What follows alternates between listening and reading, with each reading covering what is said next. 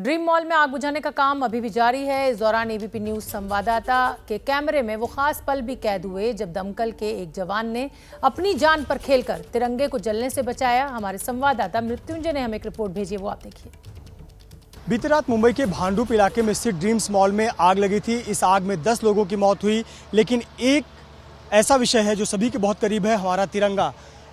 ये जो आप मॉल देख रहे हैं, आप देख सकते हैं एक तिरंगा वहां पर खिड़की पर लगाया गया था। वो तिरंगा आग की चपेट में ना आए, इसलिए फायर ब्रिगेड का ये जवान उस इमारत के बेहद नज़दीक जा रहा है ताकि वो तिरंगे को सुरक्षित निकाल सके और तिरंगे को जलने से बचा सके, तिरंगे का किसी भी प्रकार से अपमान ना हो। आपको बता दें कि पूरे इमारत में आग लगी हुई थी। नीचे देखिए आग पर काबू पाने की कोशिश हो रही थी और यहाँ देखिए तिरंगा उस खिड़की पर लगाया गया था। आग से यह तिरंगा चपेट में ना आए, इसके लिए ये देखिए तिरंगे को निकाल लिया गया है। ये फायर ब्रिगेड के जवान जिन्होंने जाकर तिरंगे को हाथों में निकाला और अब उन्होंने इशारा किया कि मेरे हाथ में तिरंगा आ गया है। किसी भी हालत में तिरंगे का अपमान नहीं होना चाहिए। ये पूरे देश की आन बान शान है। तिरंगे को किसी भी प्रकार का अपमान कोई भी हिंदुस्तानी नहीं देख सकता और हर प्रकार से रक्षा करना हम सभी भारतीयों का कर्तव्य है और फायर ब्रिगेड के जवानों का भी कर्तव्य है। और इसीलिए फायर ब्रिगेड के इस जवान ने ये जो लैडर है उसका इस्तेमाल किया और सीधे ऊपरी मंजिल पर पहुंचा और वहां ले जाकर तिरंगे को उतारा। और तिरंगा उतारने के बाद अब ये जवान कहीं न कहीं चेहरे पर एक संतुष्टि नजर आती होगी कि तिरंगा हाथों में आ गया। बहुत देर से नज़र थी कि आग वहां ना फैले। फायर ब्रिगेड को वहां पर पानी का फव्वारा लगातार मार रहा था और जैसे ही आग काबू में आई, इस जवान ने अपनी टीम के साथ मदद से ये लैडर लगाया और वहां जाकर तिरंगे को उतार लिया। आप देख सकते हैं हाथों में तिरंगा सुरक्षित है और पूरे देश की सभी नागरिकों की जिम्मेदारी बनती है कि हमारे तिरंगे का किसी भी प्रकार से अपमान ना हो, उसकी रक्षा करना, उसका सम्मान करना, ये हमारी जिम्मेदारी बनती है। और यहाँ पर भी फायर ब्रिगेड के जवान ने यही जिम्मेदारी अदा की और यहाँ देखिए फायर ब्रिगेड के जवान ने ये तिरंगा सुरक्षित निकाला, इसे जलने नहीं दिया, नुकसान नहीं होने दिया और तमाम फायर ब्रिगेड के अधिकारियों ने यह काम किया। दादा, एक कमेंट चाहेंगे, तिरंगा आप निकालने गए थे, कब से आपके दिमाग में था तिरंगा उतारना? जब तक आग जल रहे थे मेरी नज़र उसी पे थे, तो मैंने बोला वो तिरंगा निकालना चाहिए। ऑफिसर अधिकारी जाय भाई साहब ने बोला वो निकालने के लिए, इसलिए तुरंत हमने गाड़ी लगा के ऑपरेट करके ध्वज निकाल लिया। भाई साहब, कितनी संतुष्टि और कितनी खुशी हुई कि तिरंगे को हमने नुकसान नहीं होने दिया, आपने सुरक्षित निकाल लिया। वो तो वो अभिमान की बात है। वो बिल्कुल चेहरे पर नजर आ रहा है गर्व। एनएस वायल जी, जिनको बहुत ही एक संतुष्टि है कि उन्होंने तिरंगे को किसी प्रकार का नुकसान नहीं होने दिया, जलने नहीं दिया और उसे सुरक्षित अपने हाथों से उतारकर अपने अधिकारी को दे दिया। कैमरामैन आसिफ खान के साथ मृत्युंजय सिंह, एबीपी न्यूज, मुंबई। तो ये तो तिरंगे की आन बान शान की कहानी हमने आपको दिखाई कि किस तरीके से दमकल कर्मी ने तिरंगे को उतारा अपनी जान पर खेलकर। लेकिन हमारे साथ ताज़ा अपडेट जानने के लिए मृत्युंजय जुड़ रहे हैं और साथ ही मेरे सहयोगी जितेंद्र दीक्षित भी मुझे दिखाई दे रहे हैं। मृत्युंजय, आप मौके पर मौजूद हैं, ड्रीम मॉल के बाहर मौजूद हैं आप। आग की इस समय क्या स्थिति है, क्या काबू पा लिया गया है पूरी तरह से? शोभना, देखिए ये पूरा जो मॉल है ये एशिया का एक समय का सबसे बड़ा मॉल होने का दावा किया जाता रहा है और आग ऐसी जगहों पर लगी है जो कभी भी धड़क उठ रही है और इसी वजह से यहाँ पर अग्निशमन विभाग के जो कर्मचारी हैं वो जगह जगह तैनात हैं। फायर ब्रिगेड अभी भी तैनात है क्योंकि कई बार धुआं निकलता है फिर अचानक आग पकड़ लेती है। ये जो एल्युमिनियम की शीट्स है ये बहुत ज्वलनशील होते हैं, साथ ही साथ बहुत जगह पे शॉर्ट सर्किट हो रहे हैं, वायर में आग लगी होती है, तो यह आग कब फिर से धधक जाए, इसीलिए यहाँ पर टीमें तैनात हैं। अभी फिलहाल नजर आ रहा है कि आग पर काबू पा लिया गया है, लेकिन आपको बता दें कि कई बार सुबह से हम देख चुके हैं कि आग पर काबू पाया नजर आता है पर आग फिर से हो जाती है। थोड़ी देर बाद मुख्यमंत्री यहां पर आने वाले हैं जिसके लिए कुछ जो परिसर है वो खाली कराया जा रहा है, एरिया कॉर्डन ऑफ कराया जा रहा है। लेकिन भाजपा का प्रतिनिधि मंडल आया था जिन्होंने मांग की है कि चेक इसकी जांच होनी चाहिए कि आग लगी है या लगाई गई है और कैसे कोविड काल में तत्काल इस अस्पताल को इजाजत दे दी गई।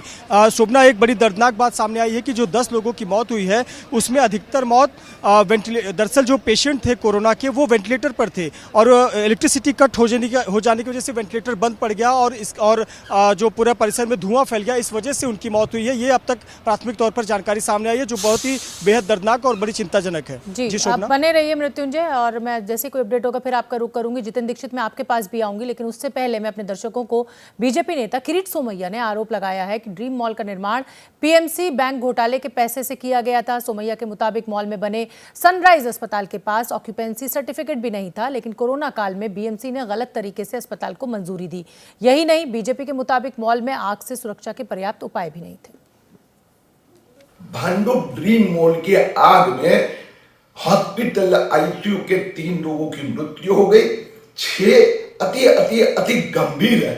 ये 9 की जान के साथ में खेलने का पाप महापालिका और राकेश वाधवान एचडीआईएल बिल्डर ने किया है। इस अस्पताल को ओसी नहीं थी, कोविड के नाम पर महापालिका ने इलीगल ओसी दी। फायर प्रोटेक्शन सिस्टम नहीं, हॉस्पिटल सेफ्टी सिस्टम नहीं, इमरजेंसी एग्जिस्ट नहीं। पीएमसी बैंक का घोटाला करके एचडीआईएल ने अपनी बेटी के लिए अस्पताल बनाया था। 9 लोगों की जान के साथ खेलने वालों के खिलाफ फौजदारी कार्रवाई होनी चाहिए। तो कोई भी मामला इस तरीके का सामने आता है, राजनीति शुरू हो जाती है, आरोप प्रत्यारोप शुरू हो जाते हैं। जितेंद्र दीक्षित मेरे साथ लगातार बने हुए हैं। जितेंद्र, मुंबई में ये कोई पहली आग नहीं है जिसमें इतना जानमाल का नुकसान हुआ हो। एक पब की आग आपको याद होगी, सेक्रेटरिएट में आग लगी थी, वो भी आपको अच्छी तरह याद होगी। लेकिन ढाक के 3 पात, बात वहीं की वहीं। कोरोना मरीजों का वेंटिलेटर में बिजली फेल हो जाने की वजह से मरना, ये दर्दनाक है और ये अक्षम्य है, चाहे जिम्मेदार कोई भी हो। शोभना सही बात कर रही हैं शोभना। देखिए, मुंबई शहर को हादसों का शहर भी कहा जाता है और जो हादसे होते हैं उनमें कई बार ये बात सामने आती है कि उसके पीछे प्रशासन जिम्मेदार होता है। कई बार बीएमसी की उसमें जिम्मेदारी सामने आती है, उनकी लापरवाही या उनका भ्रष्टाचार सामने आता है। अब यहाँ पर जिस अस्पताल में आग लगी है उसको कोविड अस्पताल घोषित किया गया था। बहुत सारे अस्पतालों को मंजूरी दे दी गई थी क्योंकि पिछले साल मार्च से लगातार जिस तरह से कोरोना के मामले मुंबई में बढ़ रहे थे उसको देखते हुए आनन फानन में कई अस्पतालों को मंजूरी दे दी गई थी। और ऑडिट फायर का हुआ है या नहीं हुआ है, इन तमाम चीज़ों को नज़रअंदाज किया गया था, नहीं देखा गया था। तो अब ये बात पता करनी है कि क्या जिस प्रेमाइसेस में, जिस मॉल के प्रेमाइसेस में इस अस्पताल को मंजूरी मिली थी, क्या इसका हाल फिलहाल में फायर ऑडिट किया गया था। लेकिन लोग मुद्दा उठा रहे हैं कि मॉल में अस्पताल कैसे बना।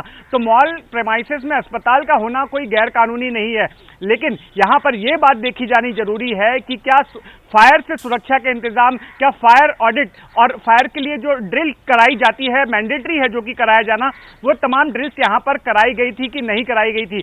अब जब ये हादसा हुआ है तो उसके बाद में जो पालक मंत्री हैं मुंबई के असलम शेख, उनका ये कहना है कि मुंबई के जितने भी अस्पताल हैं उन सबका फायर ऑडिट कराया जाएगा। और अभी आपने कुछ देर पहले मुंबई के पुलिस कमिश्नर को सुना जो ये कह रहे थे कि हम इस मामले की जांच करेंगे और जो भी दोषी लोग होंगे उनके खिलाफ कार्रवाई की जाएगी। लेकिन हमने देखा है हाल फिलहाल में, देखें चाहे जितेंद्र, ये जांच होगी, दोषियों को नहीं बख्शा जाएगा, दोषियों को सजा होगी, ये इतना घिसा पिटा बयान अब हो चुका है कि लोगों का विश्वास उठ गया है इन संस्थानों से, इन प्रशासन के अधिकारियों से, क्योंकि जिनकी जान जानी थी वो जा चुकी है।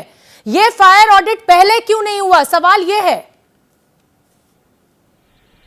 जी बिल्कुल सही कह रही हैं। और यहाँ पर देखिए, एक तरह से प्रशासन में भी जो अधिकारी बैठे हुए हैं उनको भी लगता है कि अगर कोई हादसा होगा तो 2-4 दिन ये मीडिया में गूंजेगा या कुछ लोगों को दिखावे के तौर पर गिरफ्तारी भी हो सकती है, बाद में उनको जमानत मिल जाएगी और फिर बाद में लोग भूल जाएंगे और सिस्टम जस का तस उसी तरह से चलते रहता है। हादसे दर हादसे होते रहते हैं, चाहे वो मानसून के दौरान हादसे हों या फिर इस तरह के फायर के हादसे हों। हम हर साल देखते हैं कि मुंबई में हादसे होते हैं, उसके बाद तथाकथित जांच की जाती है, कुछ लोगों को गिरफ्तार बताया जाता है, लेकिन बाद में सब कुछ भूल जाते हैं और जो लोग इसके पीछे जिम्मेदार माने जाते हैं उनको क्लीन चिट मिल जाती है। बिल्कुल ठीक कह रहे हैं जितेंद्र, आप नजर बना के रखिए, जैसे कोई अपडेट होगा मैं फिर आपका रुख करूंगी। और इधर मैं अपने दर्शकों को बता दूं कि भांडुप के ड्रीम मॉल का निर्माण सनराइज ग्रुप ने किया है, जिसकी मैनेजिंग डायरेक्टर निकिता त्रेहान है।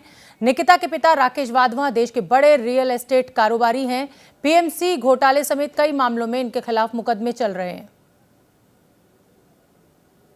तो विवादों का ड्रीम मॉल में 1000 छोटी दुकानें, 2 बैंक्वेट हॉल और 1 अस्पताल।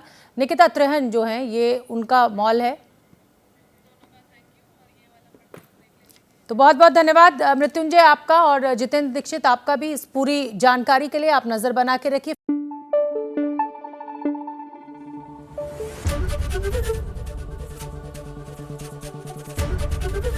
एबीपी न्यूज आपको रखे आगे।